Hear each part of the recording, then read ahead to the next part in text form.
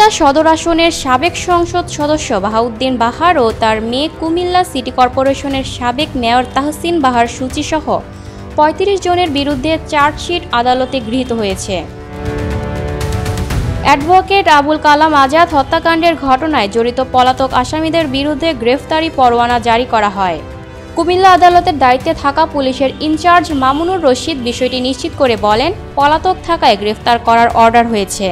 বুধবার ১৭ সেপ্টেম্বর দুপুরে আমলি আদালত ১-এর সিনিয়র জুডিশিয়াল ম্যাজিস্ট্রেট নিশাত জাহান চৌধুরী এর চার্জশিট গ্রহণ করে পলাতক আসামিদের বিরুদ্ধে গ্রেফতারি পরোয়ানা জারি করেন।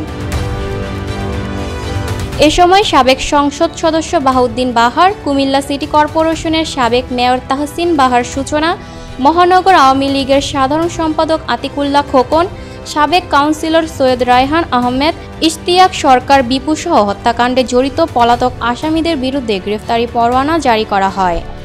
প্রসঙ্গত, বৈষম্য বিরোধী ছাত্র আন্দোলনে স্বৈরাচার শেখ হাসিনা পালিয়ে যাওয়ার পর গত বছরের ৫ আগস্ট আওয়ামী লীগ সরকার পতনের পর নগরীর কান্দিপাড় এলাকায় বিজয় শেষে বাসায় ফেরার পথে মোগলটুলি এলাকায় গুলিবদ্ধ হন জাতীয়তাবাদী আইনজীবী পরিষদ নেতা এবং কুমিল্লা বারের সদস্য আবুল কালাম আজাদ।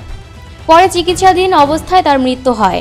সম্প্রতি ঘটনার তদন্ত শেষে পুলিশ সাবেক এমপি বাহার সহ ৩৫ জনের বিরুদ্ধে চার্জশিট দাখিল করেন। বুধবার আদালত তাদের বিরুদ্ধে আনীত অভিযোগ গ্রহণ করেন। কুমিল্লা কোতোয়ালি মডেল থানার অফিসার ইনচার্জ মহিনুল ইসলাম জানান, অ্যাডভোকেট আবুল কালাম আজাদ হত্যাকাণ্ডের ঘটনায় জড়িত পলাতক সাবেক এমপি বাহার, সাবেক মেয়র সূচনা সহ ৩৫ জনের বিরুদ্ধে গ্রেফতারি পরোয়ানা জারি করা হয়েছে। আমরা এই ঘটনায় বেশ কয়েকজনকে গ্রেফতার করে কারাগারে পাঠিয়েছি। বাকি আসামিদের গ্রেফতারি অভিযান চলছে। Lucky Akter, people voice television, Dhaka.